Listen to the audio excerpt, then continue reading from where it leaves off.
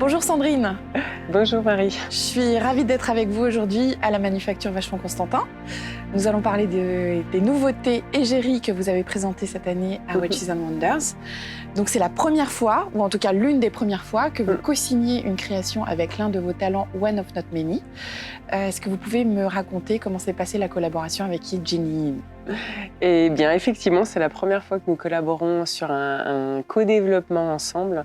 Je dirais le partage avec Yinjinin a démarré déjà en 2020 lorsque nous avons lancé la collection égérie. Et nous avons été séduits par son univers au travers de cet acte créatif sur le plissé au niveau des matières, qui est un des éléments caractéristiques de la signature du cadran égérie et qui nous a vraiment enchantés. Et l'idée ici, dans cette nouvelle collaboration, était d'aller plus loin, de co-construire ensemble un projet. Égérie Pleats of Time. Et pour cela, nous cherchions aussi à rentrer dans son univers et particulièrement quelque chose d'avant-garde qu'elle avait déjà introduit en 2021 lors de l'exposition universelle de Dubaï où elle avait mis en scène une robe qui était déjà nano-encapsulée en termes de création olfactive. Et donc, on trouvait ça très original. Et pour nous, ça a été vraiment l'intention de rejoindre trois univers.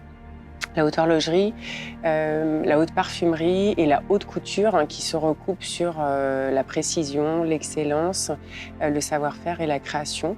Et c'est un chemin qu'on a conduit à trois têtes avec Dominique Tropion, également le parfumeur qui nous a accompagnés sur le parcours créatif, Yinjinin et bien sûr tous les collaborateurs de Vacheron Constantin. Donc vous présentez cette année deux produits. Donc d'un côté, égérie The Pleats of Time, une concept watch en pièces uniques, et de l'autre, l'égérie Phase de Lune en édition limitée de 100 pièces, que vous avez également co-créé avec Yejin. Est-ce que vous pouvez nous décrire quels sont les éléments de l'univers haute couture de Yejin que l'on retrouve dans ces deux pièces? Alors, il y a plein d'éléments qui se retrouvent sur l'ensemble de ces deux pièces.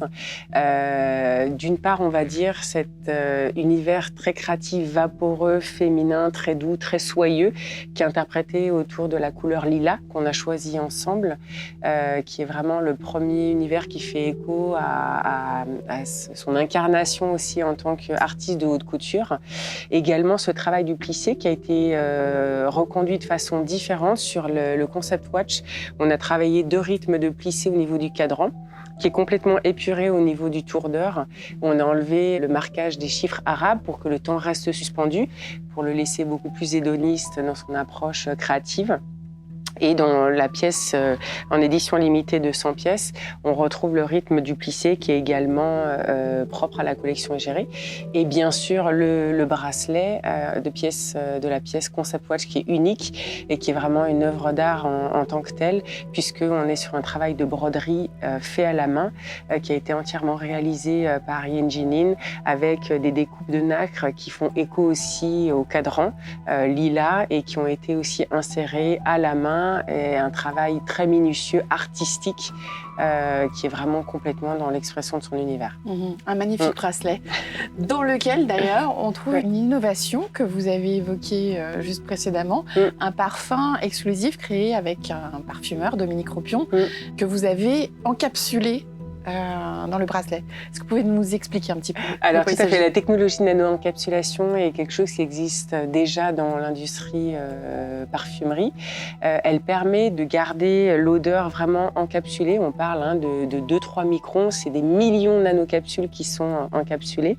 Et en fait, on laisse vraiment à la cliente le choix de frotter le bracelet pour pouvoir faire évaporer l'odeur. Et l'idée était vraiment de faire écho à cette création qu'elle avait déjà créée en 2021 sous l'accompagnement de Dominique Tropion. Et donc la collaboration a été faite de façon très naturelle. Le brief de départ qui avait été donné de Yinjinin à Dominique était de travailler sur un parfum vaporeux, ozonique, très aérien, unisexe, mais aussi très boisé dans son fond, parce que le temps est quelque chose de sérieux, de solide et aussi d'ancré. Donc beaucoup de féminité dans ces nouveautés. Je dirais que Vacheron Constantin a une image très technique. On le sait assez peu, mais finalement, vous avez toujours accompagné les femmes avec des produits dédiés Alors depuis la création de la maison, on a toujours eu beaucoup de soins à répondre aux attentes de la clientèle féminine, parfois beaucoup d'exigences, notamment sur des attentes en termes de sertissage, de complexité technique. La première montre au début du 19e siècle qui porte cet écho en termes de grandes complications pour femmes est une première répétition quart qu'on a dans notre patrimoine qui est richement décoré.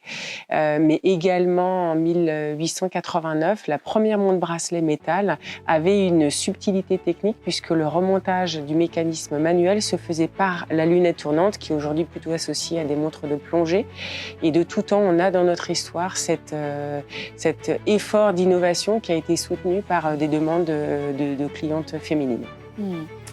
Très intéressant. Merci beaucoup et bravo encore. Merci.